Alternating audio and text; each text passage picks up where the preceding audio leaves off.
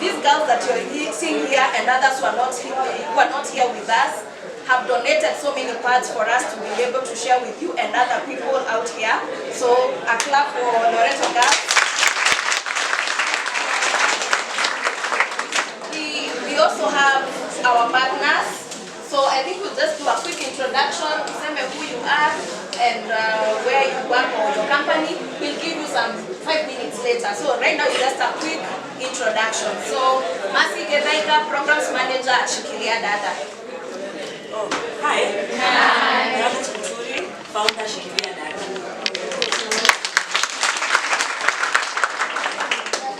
Okay. Mercy Wawero, teacher, Loreto.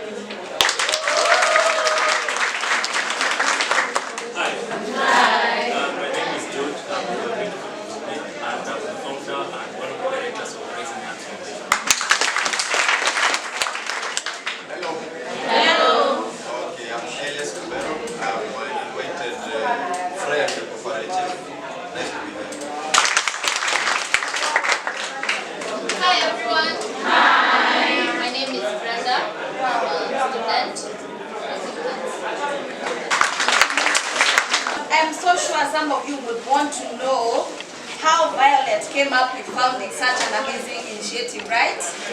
So let's welcome Violet to share a story with us and why she founded Shikilia Dada.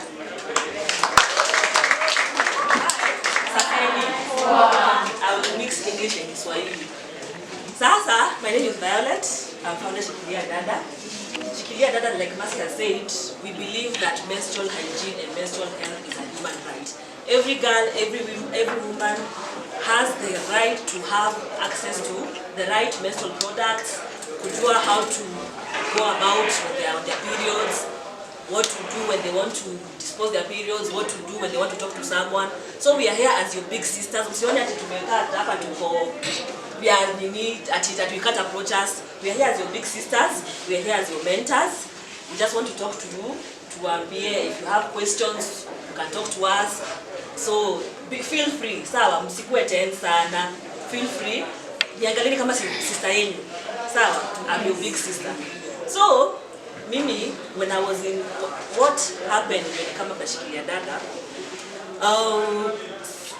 all the time I used to say, pants should be free, pants should be free, pants should be free. Why? When I was around class 6, 7, 8 there, nilikuwa naishi na my grandparent, my grandfather. So I didn't have anyone when I started my periods, sikuwa na mtu wa kuuliza what I'm supposed to do, how I'm supposed to wear that pad. Unajua there's a way mnafaa kuvaa your pad, si tuvaa hivyo tu kaa hivi sijui aje and how to dispose cramping, kama una cramp sana unaweza weka maji moto or something ama kunywa Panadol.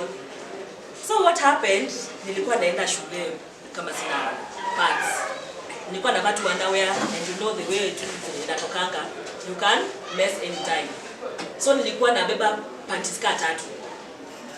Ya asubuhi nimevaa naenda shule, nilikuwa imejaa ndio sasa nisimess skirt yangu, na nilikuwa day school naenda natoa na vaa panty nyingine. So hata story ya tissue na nini, of course that is so unhygienic. Kitambaa tissue kuweka nini, mtu hafai kuweka hivyo. That is why tumeamua we need to make sure everyone has access ya pads. So nilienda shule hivyo from class 6, 7, 8, nilikwenda shule hivyo. Nilikuwa naishi na uka yangu, so my grandfather, so I could not approach him ya kumuuliza because hakuna mama, kuna a female figure in the house. So singeweza kumapproach kumuuliza what to do ama how am I supposed to get these pads, ninunulie pads. So hata ndio tunataka kuwaambia, don't be, no matter kuna wanaume, don't be afraid to approach your brother, your uncle, your father, kumuuliza anything to do with menstruation, menstrual hygiene, kuanulia pads. If someone is able to buy you pads, anaweza kununulia. So what really pained me, nikiwa shule class 8, nikiwa tumeketi kwa desk nimeketi, mwalimu wangu wa Kiswahili anaitwa Mr. I cannot forget his name, anaitwa Mr. Asira. Yes, Mr. Asira. Nimeketi kwa kiti nimeketi kani slant, ndio you know when you sit nilikuwa naogopa kustain. So nilislant ndio niketi na hapa nyuma so that I don't stain my skirt. Alikuja akanichuna ile hapo kwa mgongo mpaka machozi katiririka tu hivi. And the reason alinichuna is because nimeketi nimekama nimeslant. You know, he did not know nimeketi hivi because I'm avoiding to stain my skirt. I could not tell him nimeketi hivi because I'm avoiding to stain my skirt, because naona tulikuwa nafikiria you cannot talk to anyone about periods.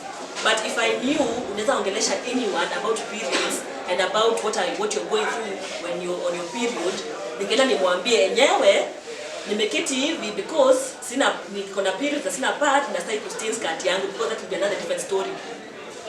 Sasa ndio ningeenda kumwambia, maybe I can direct kwa like one of the women teachers.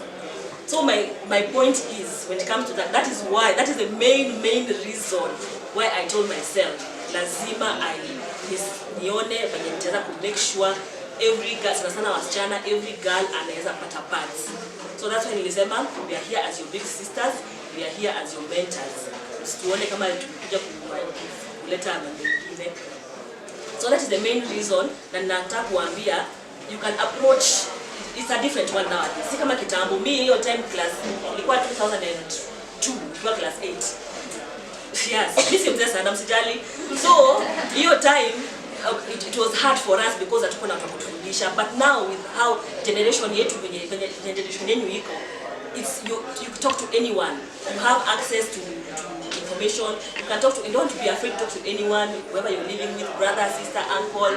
If your mother is not around or if your an auntie is not around, feel free to talk to anyone. Isi kitu ya kuogopea, it's human, it is nature. We are women, we are strong, we do things that ata God alisema, here is the power, we create life. So we are very strong, we are very capable. We are so ukitambia huko nje kuwa na hiyo walk in confidence. Exactly, thank you. Walk in confidence, ukijua hata kama niko na period sahi tunanyesha na natoa damu for 5 days, I'm a woman, I'm confident, I'm strong, and no one can take that strength and confidence away from you. So please be confident and be strong. Don't be ashamed. It is nothing to be ashamed of. That is the main point nataka kuambia. Don't be ashamed at all. And msiogope. You can talk to anyone about these things. Unajua kama if you approach maybe like for example mwanaume umwambia nyewe niko na periods na sina pads, atakudirect kwa maybe Madam Lilian ama your other female teachers. So msikuwe ni work in that, kuwa na hiyo confidence. Sawa? Thank you. Thank you, Violet. So, Kenya Violet amesisitiza zaidi, do not be ashamed. Kwa sababu saa zingine tuko ashamed, tunafeel ni kama sifai kuwa na periods, but tumesahau, as she said, ni Mungu alituweka hivyo. Si ni ukweli? Can you be able to stop them and say, now leo hii month tuko off periods, hatutakuwa na periods? Can you do that? Because it's a godly thing, okay? And if it's a godly thing, is it something that we are supposed to be ashamed of? No. So we just embrace it. And embracing it, ni kwanza kuwa na hiyo confidence, mimi ni girl, mimi niko na periods, and I'm happy that I'm a woman experiencing periods, and it's God's gift to women. So that's where some people like us come in and say, okay, leo uko na pads, kesho uko nazo, maybe the next month sina. Okay, me here ni 2 packets, pacha ni kusort for next month. Then maybe next month you'll able to tell Lilian, hi Lilian, you know last month Shikilia sorted me, but next month they don't have. Can you talk to them and see how I can get more pads? And we will reach out again. Sawa? So do not suffer in silence. Do not suffer in silence. I don't know about Brain House, but I want to believe Lilian, Teacher Mercy, and all the other teachers you have, ni watu mnaweza ongelesha. Ni kweli? Are these people you can talk to? Yes. Then if they are and you have a problem, usikufe na shida yako. Mwambie. Yeye tuseme hata leo hana hiyo pesa, but sasa ako na namba zetu. Anaweza mbia shikilia pia hapa around 50 girls next month hawana pads, unaweza tusaidia aje? Na sisi tutaenda, there are always other people. Hata sisi ati tuko na hiyo pesa mingi, but kuna partners kama hao wamekaa wametuambia okay, mnataka niombe, hey, tusaidie na box 2 tupeleke brain house. Unaona? And that's how tunasaidiana kwa hii dunia, ndio we all live well, okay? So now I'll give hatuna enough time. Herbert, say something small about the course, about what you do. Tukisonga. From Art Festival. I'm a student at Kabete National Polytechnic. Nafanya automotive engineering. Though nifanya art high school. So nimaliza high school, nikaanza art. Ilikuwa nimaliza high school nikaanza art, so nafanya art as a part-time job. I started a festival, an art festival. Na to encourage artists. Unajua art in Kenya haiko appreciated sana. Theater galleries, art was so expensive and everything. So I started a festival to encourage artists and everything. To encourage artists, that's the whole point. That's the whole point. So nimewaletea a canvas. Mtaandika jina zenu hapo hivyo, just a name, a small name. Kutoka hapa mtachukua paint huko. So paints za leo ni red and green. That will be our theme today. So you just take any paint, write your name anywhere. Then itakuwa framed, mtaachiwa, mtakuwa mnaiona hapo hivyo.